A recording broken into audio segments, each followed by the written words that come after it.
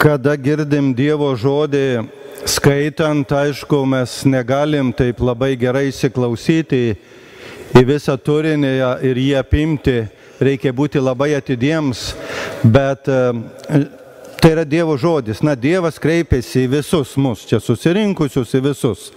Jis kreipiasi ir be abejonės tu turi susikaupti ir pagalvoti, ką jis nori man pasakyti. Ir taip mums galbūt pratęsia atsakymus į įvairius klausimus egzistencinius, kuriuos mes turbūt gyvenime nuolat keliam. Ir aišku, atėję į bažnyčią mes norim galbūt dar labiau sužinoti apie Jėzų, apie Dievą ir apie santykį su juo, kažkaip išryškinti kažkokias detalės turbūt. Ir vat štai gaunam mes tą informaciją ir mus be abejonės tai ir prakalbina, ir praturtina.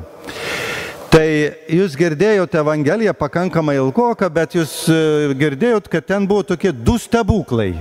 Du stebuklai pasakyti, aprašyti, kuriuos Jėzus padarė.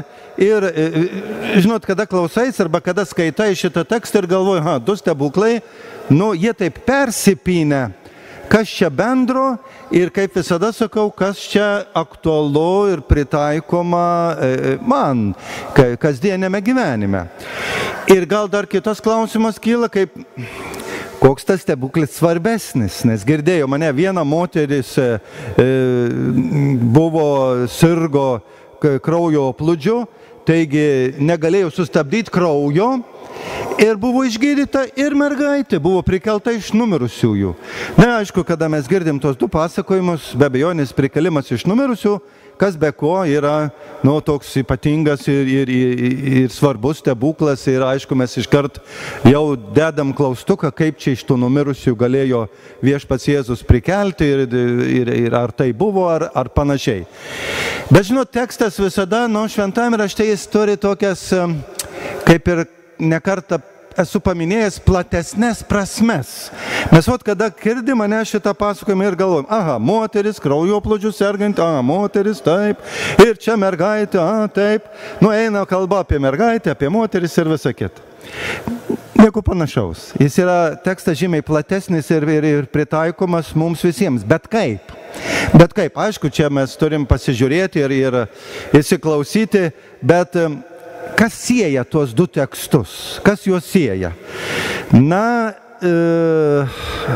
Buvo paminėta, jeigu girdėjot, 12 metų sirgo kraujoplūdžiu ta moteris. 12 metų. Ir taip pat mergaitės jai buvo 12 metų. Pažiūrėkit, tas 12 atrodytų nereikšmingas skaičius, mums 12, koks čia skirtums, kiek tų metų, bet jis yra kaip ir esminis, norint iššifruoti tekstą, norint jį suprasti ir, kaip minėjau, pritaikinti savo bei kasdienai. Ką reiškia 12? Daug reikšmių yra. Aišku, reiškia ir ta, kad iš tikrųjų faktą 12 metų mergaitė ir 12 metų sirgo, bet platesnė prasme 12 reiškia 12 kas? Tautų giminių buvo Izraelyje. Izraelio tauta buvo iš 12 giminių. Vadinasi, kalba eina ne vien tik apie tas dvi moteris, arba mergaitę ir moterį, bet eina kalba jau apie visą Izraelio giminę, Dievo tautą. Dievo tauta. Kas yra Dievo tauta? Dievo tauta yra, žiūrėkit, kaip šventajame rašte įvardinta yra. Ji yra kas? Sužadėtinė. Sužadėtinė. Nuotaka. Visa tauta. Nesvarbu, kad ten ir vyrai, ir moteris, visa tauta, ji yra sužadėtinė.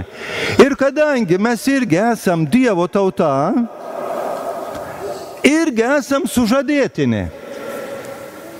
Taigi, kalba eina čia apie tuos stebuklus ir eina kalba apie taip pat ir mus. Ir žiūrėkit, nei mergaitė yra įvardinta, nei moteris yra įvardinta, nėra vardo. Vadinasi, ką reiškia? Bet kokį žmogų, esantį Dievo tautoje. Tas susitikimas su juo. Taip vyksta. Jėzus ateina ir jis ką daro? Jis daro stebuklus. Bet kokius stebuklus daro. Irgi mums reikėtų, aišku, nuo tokio platesnio supratimo. Ką reiškia kraujas? Nuo šventajame rašte, pas žydus, ką reiškia kraujas. Žinot, tą esat ne kartą girdėję. Ir savaime supranta, kraujas yra kas? Gyvybė. Gyvybė kraujas yra. Yra kraujo, žmogus gyvas. Kraujas nuteka, išbėga. Jis netenka gyvybės. Suprantamas dalykas, labai paprastas, aiškus. Bet irgi reikėtų suprasti platesnę prasme. Žiūrėkit, moteris serga kraujoplūdžiu, praranda kraujo. Jis pastoviai, teka, nebėra, mažėja. Ką reiškia? Gyvybė mažėja pastoviai, ji mažėja. Ir jeigu mes pasižiūrėtume į kiekvieno žmogaus gyvenimą, o čia mes su patarnautojais kalbėjom, sakom, mes kunigai sakom, jau seniau, jūs jauni. Ir viens atsako, vis tiek mums laikas irgi taip ateina. Gyvybė, gyvenimas trumpėja ir mažėja. Ir tu nieko negali padaryti. Mes negalim to proceso sustabdyti. Mes tik tai esame arba suvokime tam tikrame momente. Ar vyresni, ar jaunesni. Aišku, jaunesniems yra prieš akis daugiau metų ir daugiau gyvybės, senesniems mažiau yra. Natūralus procesas, taip mes esam sukurti, mes nieko negalim padaryti, bet mes nesam patenkinti.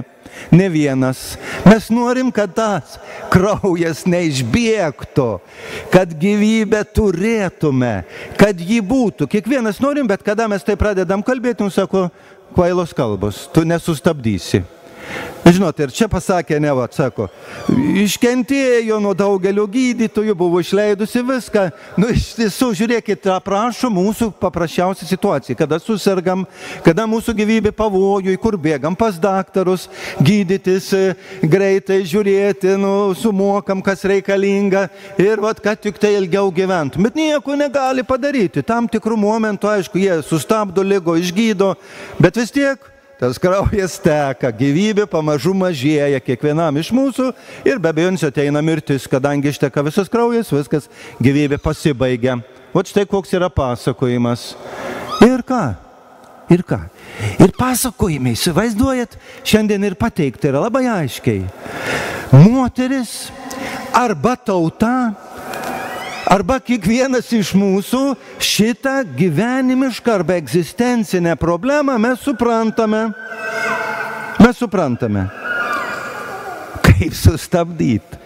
Kaip sustabdyti. Ir jūs galvojate, ir mes galvojate, visi galvojate, kaip sustabdyti. Ir ta moteris, žiūrėkit, vaizduoja kiekvieną iš mūsų. Ji išgirdusi, kad Jėzus gali ją išgydyti.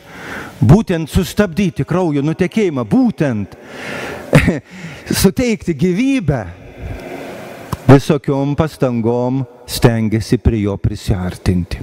Tekstas labai įdomiai aprašo. Jį prisiartina ne taip drąsiai, priešais prieidama, bet iš užpakalio nedrąsiai, bijodama. Čia irgi yra labai daug dalykų dėl to, kad dar kitas aspektas atsiskleidžia dėl to, kad kraujuojanti moteris reiškia nešvari moteris, taigi negali prisiliesti prie Dievo. Jeigu ji yra nešvari, prie jos negali prisiliesti jos sutuoktinis, taigi jie negali turėti vaikų. Dar kita bėda. Ir ta bėda, žiūrėkit, šiandienis visuomeniai irgi yra. Žmonės nebenori turėti vaikų, nori gyventi dėl savęs. Žiūrėkim, šeimos prieš 100 metų, kiek vaikų turėjo, ir šeimos dabar kiek vaikų turi. Pasižiūrėkime, ne? Štai sustabdytas. Labai daug čia prasmių sudėta. Bet ji nori gyventi, ji prisiartina, ji mato savo nuodėmingumą, savo nevertumą ir paliečia apsiaustą. Žodis paliečia. Tai va čia yra aprašytas visas tas procesas, kad mes suvokiam, kodėl jūs esate čia, o aš čia, visi mes esam šitoj bažnyčiai, kodėl? Mes suvokiam, kaip aš pradžioj mišių sakau, kad Dievas, Jėzus mums viską gali duoti. Mes tai suprantam ir ateinam prie jo, prisiliesti. Be abejonės, kiekvien su savo nuodėmėm, neverti, susitepę, visko turbūt pas kiekvieno iš mūsų yra, ateinam prie jo prisiliesti. Paimti už apsiausto, konkrečiai paliesti. Suprantat, kadangi šiandien žmogus sako, aš tikiu, man nieko nereikia, aš galiu namuose sėdėdamas būti tikintis prie miške, prie jūros ir taip toliau. Ne, mes atėjom prie Jėzaus prisiliesti. Prisiliesti. Vienokiu ar kitokiu būdu. Ir girdėjo mane. Su tikėjimu. Jeigu prisiliesiu, bus išgelbėtas. Taigi, jeigu aš su Dievu bendrausiu, bus išgelbėtas. Ir mes kiekvienas stengiamės prie jo prisiliesti, kaip minėjau, įvairiais būdais, visokiais būdais, per maldą, per išpažintį, per atgailą, per giesmę, per komuniją, visokiais būdais prisiliesti. Išgelbėtas. Taigi gyvensiu. Taigi gyvybės nebeprarasiu. Ir tekste labai spūdingai parašyta yra, kada visą tą dinamiką suvokė, bematant kraujas jai nustojo plūdęs ir jį pajuto kūno, kad yra pasveikusi iš savo negalės. O štai Jėzaus veikimas. Ir žiūrėkit, kiekvieno mūsų gyvenime, tikinčiojo gyvenimo, tai atsitinka. Mes tai pajaučiam, kad prisiliečiam prie Dievo ir mums akis atsimerkia, mes suvokiam, kokia galia, gyvybiška galia įėjo į mus. Daugiau ar mažiau mes suvokiam. Jeigu to nebūtų, kaip manau, kaip sakiau, jaunimas, kuris paliko, ėjo, ruošėsi, jie to neprisilietė, suprantat, jie kitur buvo, nors galbūt ir bažnyčioje sėdėjo. Neprisilietė ir viskas, nepajautė. Ir jie yra kitur, prie kitų dalykų prisiliečia. Suprantat? Šiandienis žmogus prie kitų dalykų prisiliečia ir galvoja, kad tie kiti dalykai jį išgelbės. Ne. Kraujas plūsta, gyvybė mažėja. Ir Jėzus išgelbėja. Ir kągi? Jėzus sako, kas čia? Tarsi, suprantat, kas čia prisilietė? Daugybė minia. Bet, suprantat, irgi įdomiai parašyta, didžiulė minia. Kaip ir sakau, didžiulė minia, bet prisilietė tik tai viena ta moteris. Tas kažkoks žmogus, jis prisilietė ypatingų būdų. Ir Jėzus pamatė, kad ypatingai tu nori su manim būti, bendrauti, draugauti, mylėti. Kas čia? Ir ta moteris išsigąsta ir girdėjo mane. Taigi, ji tada išeina prieš jį ir sako, aš. Ir sako, labai įdomiai, tavo tikėjimas išgelbėjo tave, eik rami ir būk išgijusi iš savo ligos. Eik ramybės link, eik į ramybės erdvę arba dimensiją ir tu esi išgijus. Ką reiškia ramybė? Tau nebėra baimės, nerimo, kad tu prarasi gyvybę, kad tu numirsi, kad tu būsi, kaip sakant, užkastas ar panašiai. Tau nebėra šito, nes tu turi dievišką gyvybę gautą iš Jėzaus Kristaus, gautą iš Dievo. Bet reikėjo pastangų, reikėjo tavo pastangų, reikėjo prisiliesti, taip nupiešta yra tekste, ir be abejonės Dievo dovana, kurią gaunam. Ir kurią, kaip minėjau, kiekvienas mes daugiau ir mažiau patiriam. Antras pasakojimas. Irgi labai įdomus yra pasakojimas, antras, kuris irgi taip pat gali būti aiškinimas. Mergaitė 12 metų. Kodėl 12 metų mergaitei? Kodėl 12 metų? Jeigu sakym, kad tas sirgo 12 metų, tauta iš 12 giminių sudaryta, kodėl 12 metų dabar mergaitei, konkrečiai tai mergaitei, kurią yra numirusi? Kaip niekad tinka šiandienos situacija ir mūsų vakarietiškai visuomeniai šitas pasakojimas. 12 metų pažydus mergaitė jau galėjo žvalgytis į jaunikį ir jau, nebūtinai ištekėdavo, bet kadangi trumpiau tais laikais žymiai žmogus gyvendavo, iš esmės apie 13-14 metų mergaitės jau ištekėdavo. Taigi jos ką?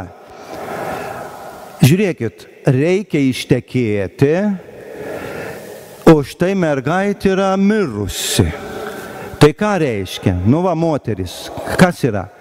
Jūs irgi esat vaisingos ir per jūs gimsta žmonės nauji. Tam tikrą prasme jūs teikiat gyvybę. Per jūs Dievas gimdo gyvybę. O mergaitė yra mirusi. Tai jai yra vat štai kelias uždarytas gimdyt vaikus, susituokt, turėt. Palikuonis, mirusi yra. Bėda, bėda. Ir tėvui bėda, kaip girdėjom pasakojime. Taigi netliks savo pareigos. Ir ką padaro? Tėvas susirūpinus, artimiai susirūpinus ir Jėzus irgi paima ją už rankos ir pasako: Talita kum, mergaitė, sakau tau, prisikelk iš numirusių.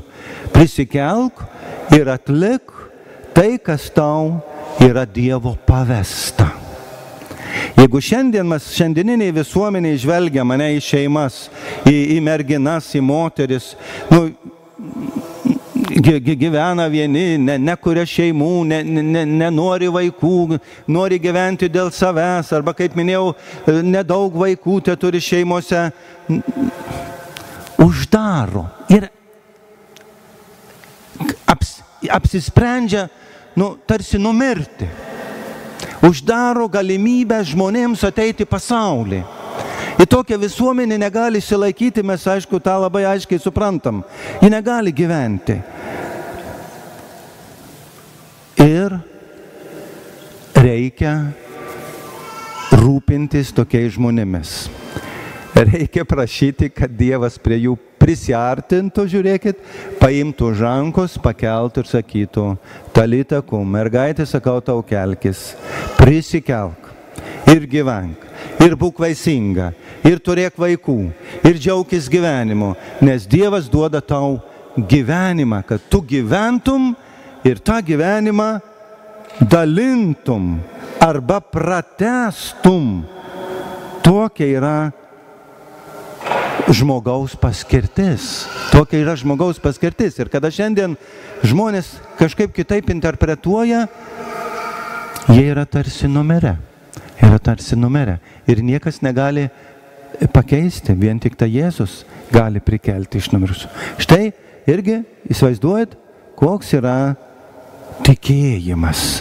Didžiulis, svarbos. Kiekvienam iš mūsų mes suvokiam, ką Dievas gali padaryti, kaip Dievas gali pakeisti, kaip Dievas yra svarbus kiekvieno žmogaus gyvenime. Būtinas tiesiog, nes jeigu jo nėra, mirtis, mirtis, mirtis. Ir viskas, ar anksčiau ar vėliau viskas išnyksta, jeigu jo nėra. Taigi Dievas būtinas mūsų gyvenime ir jam turim skirti laiką. Ir jis be abejonės tada mums atskleidžia, kas esmingiausia. Kad mes būtum vaisingi, ar vaikais, ar savo darbais, nebūtume mirę. Nebūtume mirę. Nes aišku, kartais kai kurie žmonės apsisprendžia dėl kilnesnių tikslų, ne kur šeimos, bet čia yra kitas dalykas. Jeigu jis gyvena šeimoje, jis turi ieškoti, atsiliepti Dievo kvietimą. Amen.